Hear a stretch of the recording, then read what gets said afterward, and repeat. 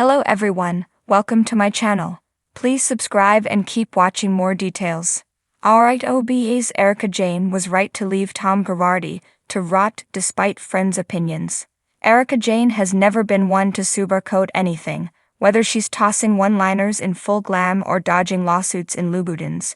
The Real Housewives of Beverly Hills star has made one thing clear: she's going to do what's best for Erika, and when it came to Tom Girardi, she left him in the dust. Now, some of her so-called friends aren't loving her icy approach, but let's be real, can you really blame her? After years of suffering, I think it's time for Erika to be able to live again. If you thought the Real Housewives of Beverly Hills drama peaked with Pantagit or Dorrit Kemsley smoking a cigarette, think again.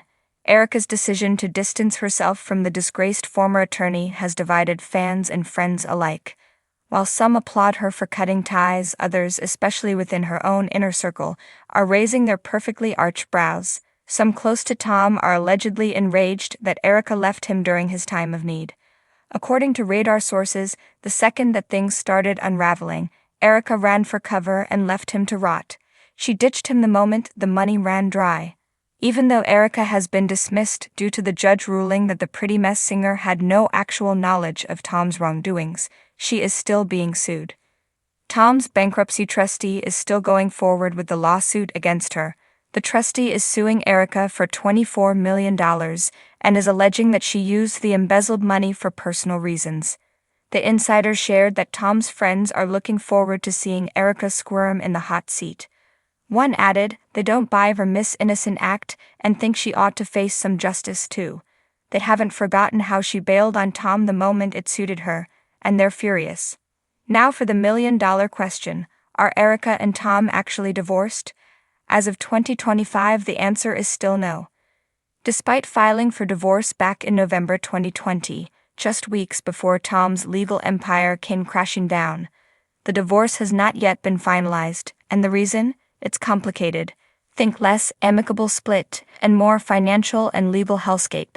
In 2024, Erika told Entertainment Tonight that being divorced is the least of my concerns. Erika also told Hot Mic podcast in mid-November 2024, the great thing about Tom when I was married to him was he did want me to succeed. Now, is he egotistical and narcissistic, and obviously went down in flames, and the ending was terrible and heartbreaking? Yes, it's easy to assume that Tom's ongoing conservatorship has slowed down the divorce proceedings, the bankruptcy cases tied to his law firm Girardi Keese, and a mountain of lawsuits. There's also the awkward fact that Erika might still be on the hook for some of Tom's financial mess, depending on how the court sorts it all out.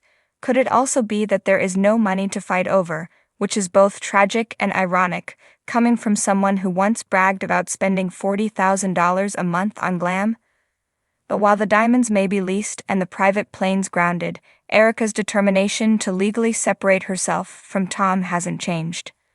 But here's the thing: Tom isn't just some confused old man. He's the man at the center of one of the biggest legal scandals in recent history. He was accused of stealing millions from plane crash victims, burn victims, and orphans. Erika has always maintained she knew nothing, but whether you believe her or not, the facts about Tom's dealings are damning. So when Erika implies with her attitude that he can rot, she's not just talking about a bitter ex, she's sending a message to a man who allegedly ruined lives. Let's also not forget that while Erika was being dragged through the mud, losing work, facing lawsuits, and getting grilled in every interview, Tom was quietly tucked away in a care facility. The public dragged her name through the tabloids while he conveniently disappeared from view. So yeah, maybe a little bitterness is justified. The lack of a finalized divorce also adds another layer of drama to her RHOBA storyline. Viewers have watched Erika shift from defensive to cold and calculated. She's not just emotionally over it, she's done. And if that means leaving Tom to deteriorate in a facility while she rebuilds her life one hair extension at a time, so be it. The Real Housewives of Beverly Hills is available to stream on Peacock and Hayu in the UK and Ireland. When Erika Jayne famously declared she was divorcing legendary Los Angeles attorney Tom Girardi after 21 years of marriage, few believed it was about liberation. Fewer still defended her as the legal world unraveled around Girardi. exposing an empire built on alleged deceit, embezzlement, and exploitation of vulnerable clients. But in hindsight, and perhaps with the wisdom only time and chaos can offer, it's clear that Erika Jayne wasn't running from the wreckage. She was refusing to go down with the ship. And yes, she was right to leave him to rot. While her friends on the Real Housewives of Beverly Hills cast, and the wider reality TV viewing public, gossiped and speculated, Erika stood relatively alone, not stoic, not emotionless, just alone.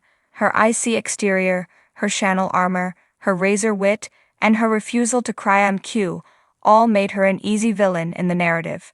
But was she the villain, or simply the woman who had the courage to save herself when everything else was crumbling? Let's not forget who Tom Girardi was, a legal titan.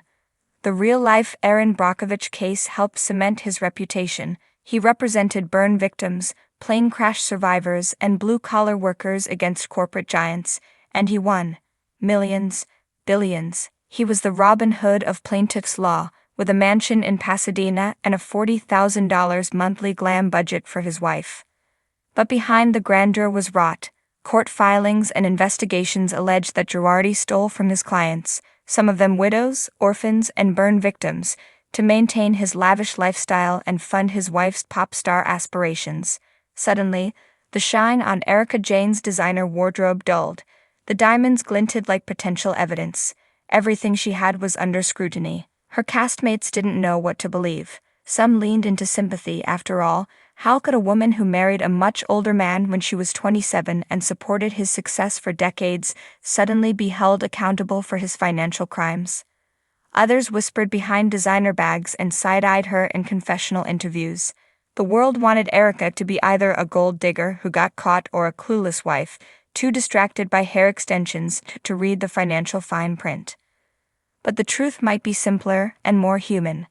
Erika left Tom when the walls started to close in. That's undeniable. But let's not confuse timing with complicity.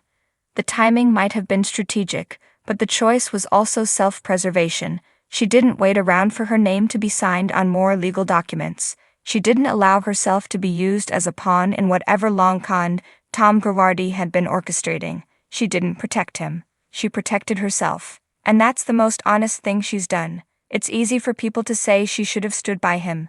That loyalty means staying, even when things get hard. But loyalty, when weaponized, becomes a leash. Tom's actions destroyed lives. If even half the allegations are true, he's not just a fallen hero, he's a predator. Why should Erika rot with him? Women are often expected to absorb the sins of their husbands, to take the blame, shoulder the shame, and do it all while smiling politely on a reunion couch in front of Andy Cohen. But Erika refused to be the scapegoat. She didn't apologize for crimes she didn't commit. She didn't cry performatively to win sympathy, and she sure as hell didn't go back to Tom. While other cast members clutched their pearls and whispered about her coldness, Erika was living through a legal hellscape few could fathom. Her bank accounts were frozen, she faced public humiliation, she was dragged into courtrooms and tabloids, every credit card charge became a headline, yet she showed up. Messy, vulnerable, angry, and unapologetically flawed. That's not cold, that's survival. Leaving Tom to rot wasn't about revenge, it was about justice. The justice system will decide his fate, but Erika chose to no longer be his shield. That's more than a symbolic gesture, it's a rejection of the narrative that women are obligated to stand by their men no matter what. Some of her RHOBH castmates, particularly those who place a high value on appearances, questioned her ethics. They wondered if she knew more. They insinuated that silence was guilt. But how many of them would have really done differently in her position? It's easy to judge from the outside. It's harder to watch your world collapse, be painted as complicit, and still show up with your head held high. The truth is, Erika Jayne did what many women are afraid to do. She walked away, not just from a marriage, but from a powerful man who had once been the source of her security, her image, and possibly her identity. She left when there was nothing left to gain, only mountains of backlash to endure, and endure she did. She didn't win a popularity contest, but she redefined what resilience can look like. It's not always soft.